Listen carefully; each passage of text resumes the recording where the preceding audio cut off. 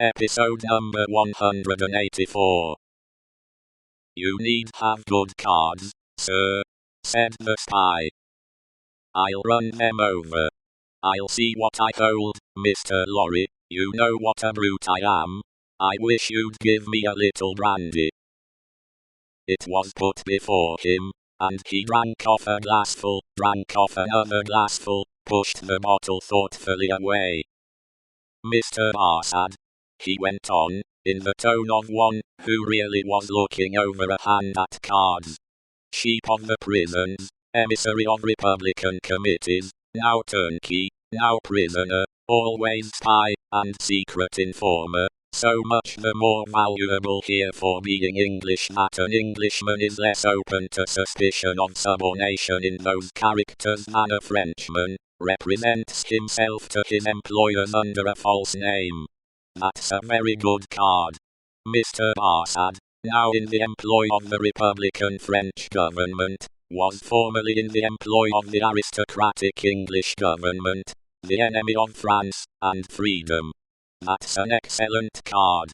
Inference clear as day in this region of suspicion, that Mr. Barsad, still in the pay of the aristocratic English government, is the spy of Pitt, the treacherous foe of the Republic crouching in its bosom, the English traitor and agent of all mischief so much spoken of, and so difficult to find. That's a card not to be beaten. Have you followed my hand, Mr. Barsad?" "Not to understand your play," returned the spy, somewhat uneasily. "I play my ace, denunciation of Mr. Barsad to the nearest section committee. Look over your hand, Mr. Barsad, and see what you have. Don't hurry." He drew the bottle near, poured out another glassful of brandy, and drank it off. He saw that the spy was fearful of his drinking himself into a fit state for the immediate denunciation of him. Seeing it, he poured out, and drank another glassful. "Look over your hand carefully, Mr. Barsad. Take time." It was a poorer hand than he suspected. Mr. Barsad saw losing cards in it that Sidney Carton knew nothing of. Thrown out of his honourable employment in England, through too much unsuccessful hard swearing there, not because he was not wanted there. Our English reasons for vaunting our superiority to secrecy and spies are of very modern date. He knew that he had crossed the Channel, and accepted service in France.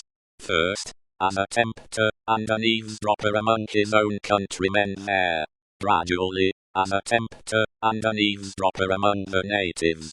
He knew that under the overthrown government he had been a spy upon St. Antoine and Defarge's wine shop, had received from the watchful police such heads of information concerning Dr. Manette's imprisonment, release, and history, as should serve him for an introduction to familiar conversation with the Defarges, and tried them on Madame Defarge, and had broken down with them signally.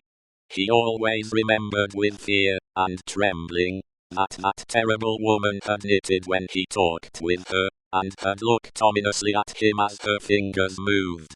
He had since seen her, in the section of St. Antoine, over and over again produce her knitted registers, and denounce people whose lives the guillotine then surely swallowed up.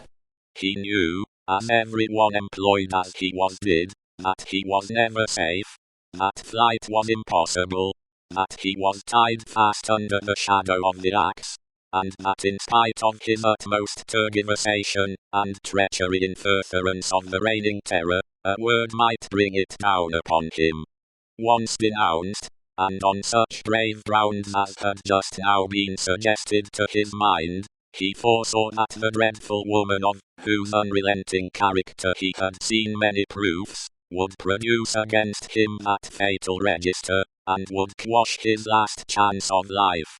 Besides that all secret men are men soon terrified, here were surely cards enough of one black suit, to justify the holder in growing rather livid as he turned them over.